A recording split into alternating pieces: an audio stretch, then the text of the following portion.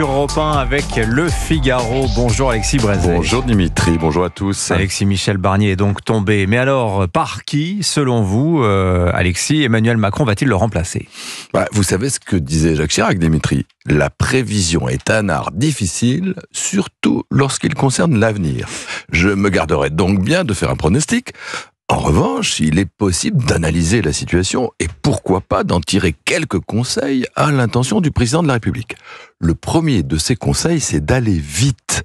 Aller vite pour lui, parce que plus il traîne, plus il étale ses hésitations et plus va monter contre lui la musique lancinante des appels à la démission.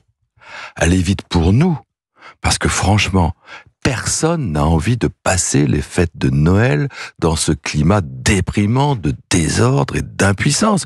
Mais le cadeau qu'il pourrait nous faire tous, c'est qu'on ne les voit plus. Allez vite pour la France surtout, parce que les marchés financiers nous guettent et que chaque jour qui passe nourrit le doute et aggrave le risque. Dès ce week-end, à Notre-Dame, la question va se poser. Est-ce qu'Emmanuel Macron, comme lors de l'ouverture des JO, va apparaître en mondiovision sans Premier ministre ni gouvernement ? Il faut espérer que non. Alors, quel est votre deuxième conseil ? C'est de résister à cette autre ritournelle qui monte et qui lui commande, après l'échec de Michel Barnier, de renvoyer le balancier de l'autre côté et de rechercher à gauche une alliance symétrique de celle qu'il a passée avec la droite. Mais en vérité, ce serait une folie. D'abord, parce qu'arithmétiquement, ça ne serait pas plus solide. On ne voit pas comment un gouvernement Cazeneuve, par exemple, soutenu par les socialistes et les macronistes, qui aurait contre lui les RN, les LR et la gauche mélenchoniste, on ne voit pas comment il tiendrait plus longtemps que le gouvernement Barnier. Et ensuite, parce que politiquement, ce serait un contresens. La France n'est pas social-démocrate, elle n'a jamais été aussi à droite. La victoire, au moins relative, du RN n'a été empêchée qu'au prix de ce front républicain dont on paie aujourd'hui les conséquences. Et c'est à la gauche, contaminée qui plus est par le virus de l'extrémisme, que l'on confierait les rênes du pays. Ce serait allumer les mèches des explosions futures. Alors, votre troisième recommandation, Alexis, du coup, c'est de regarder du côté droit. En démocratie, c'est la moindre des choses. Il faut aller du côté où penchent les électeurs. Et ça tombe bien, à droite, il y a le seul ministre qui s'est imposé, Bruno Retailleau. Il a de bonnes relations avec le président et son action rencontre un écho profond dans le pays.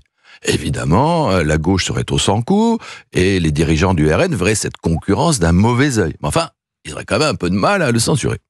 Au centre droit, il y a aussi Sébastien Lecornu, dont chacun reconnaît les qualités du bilan et qui, ce qui ne gâte rien, entretient des relations apaisées avec les dirigeants du RN. Son handicap, c'est qu'il est presque trop proche du président de la République. Le jour où il tombe, c'est un peu Emmanuel Macron qui tombe avec lui. Enfin, au centre, il y a François Bayrou, éternel candidat, mais dont l'indépendance ne peut être contestée. Il a la confiance du président et l'estime de Marine Le Pen. Il lui a donné son parrainage avant la présidentielle de 2022 et il a publiquement critiqué les réquisitions qui la visent. Évidemment, les LR ne le portent pas dans leur cœur, mais il est tout à fait capable de leur faire une place conséquente au gouvernement. 3 personnalités qu'on peut aimer ou pas, mais à qui il faut reconnaître le mérite de n'être pas maladroit. Et dans les circonstances présentes, l'habileté, si elle n'est pas toujours exaltante, n'est pas une vertu inutile. Trop raide, Michel Barnier l'a éprouvé à ses dépens. Alors, pour redresser la France, il est à craindre, malheureusement, qu'aucun des 3 ne puisse faire grand-chose. Mais ça, il faut en parler à Emmanuel Macron.